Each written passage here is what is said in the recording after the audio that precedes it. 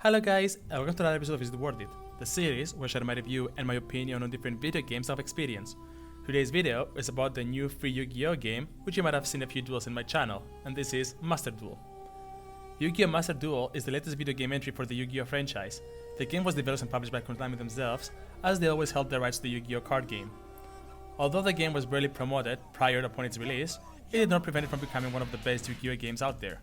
In fact, 2 weeks after its release, Konami rewarded the players with in-game awards to celebrate the fact that the game had passed 10 million players playing the game, and a few weeks ago, it hit the 20 million milestone.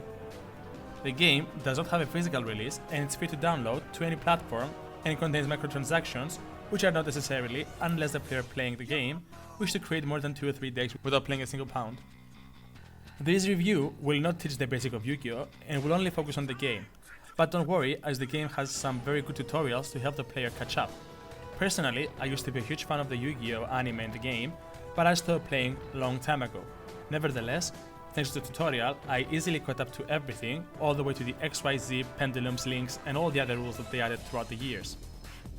In a quick synopsis, Yu-Gi-Oh has 2 duelists facing each other by summoning monster cards, using spells and traps to either push their monster cards or destroy the enemy cards. Each duelist starts the duel with 8,000 life points, and the goal is to reduce each player's life to 0. The person whose life reaches 0 first is declared the loser, while the other one is the winner. The rules are up to date with the real world counterpart, which means that if overpowered cards are banned in the physical tournaments, the same cards are banned in the games. Upon putting the game, the players will be asked whether or not they played the game in the past, read the manga, or watched the anime for a few more questions. Then the player will have to set up a profile in order to go to the home screen that will appear.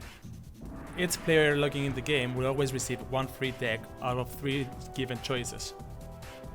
Once the game is booted and the player makes his profile, the game will present the following options. Solo is the tutorial where the game will showcase the basic rules of the game, allow the player to use created decks against AI, or even their own, given that they made one. There are plenty of rewards, including gems, so doing them will only benefit the player.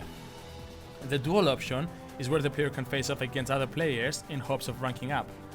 At the same time, in duel, there's an option to set a table, which allows players to invite players to play Yu-Gi-Oh with, either friends or random people, without losing SR. In other words, there is both competitive and normal mode. Competitive will reward the player with XP and small gifts based on their performance, whereas in friendly they will reward nothing, but allows the player to duel against their friends and test different decks. One of the best things about Yu-Gi-Oh is the fact that the player can build and customize their own deck. Sure, the game does give a couple of default structured decks, but building and winning a duel with a deck made by yourself feels much more rewarding. The option deck allows the player to create and customize their own deck and make a few changes on some already owned. The best part about deck structure is the fact that the game offers the player the ability to search for other player decks. For example, imagine there is a player who wishes to build a Dark Magician deck. The player can go into deck creation and search for the card Dark Magician. The game will then offer the player a variety of decks made by other people, which consists of the Dark Magician card. This is something that is important to be stated, is that some decks may not be Dark Magician themed decks, but contain the card. These decks will also appear. The player can choose the deck they prefer the most and proceed into creating the deck. Copying an online deck doesn't mean that they are playable. The cards will appear as see-through, and the player will have to either purchase boosters to find the cards, or craft the cards itself by spending points. Once all the cards included in the deck are made, then the deck will be playable. The player is still allowed to make changes in the copied deck if they wish for. For example, a player copied a deck with 1 Eye of Timaeus and 2 Magicians of Black Chaos. The player can easily remove the 2 Magicians of Dark Chaos and replace them with the 2 copies of Eye of Timaeus. It's up to them to do whatever they like. Each deck can consist of 40 cards all the way to 60, and the extra deck from 1 to 15.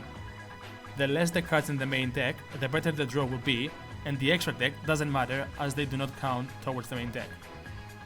In order to obtain a card of preference, the player can search the card in the deck and craft it. Crafting cards allows the card to be created, and if it was of high rarity, it will unlock the booster pack for a limited time. The players can go into the store and spend their gems into the booster in order to get the cards. Cards found in boosters that are useless from the deck, or the player does not wish to build a deck around the same card, can be dismantled in exchange of crafting points. The store also has plenty of items to customize the cards, fields, and even cosmetics. I would have loved to go deeper into the game, but if you're interested, you can check my website where I break down a bit more of what the game offers. I hope you guys enjoyed the video. If you did, please leave a like and subscribe. Tell me in the comments below what are your thoughts on Yu-Gi-Oh! And what decks do you guys have if you played the game. I personally own a Dark Magician deck, a Trap Tricks deck, a Dark Lords deck, and the Gobble deck which I made for fun. As you can see, I have 4 decks and I haven't paid a single pound in the game. And it's not like I'm granted it since I'm not playing it as much, and when I do, I just play friendly duels. Well, till then, take care and I'll see you all in the next one. See ya!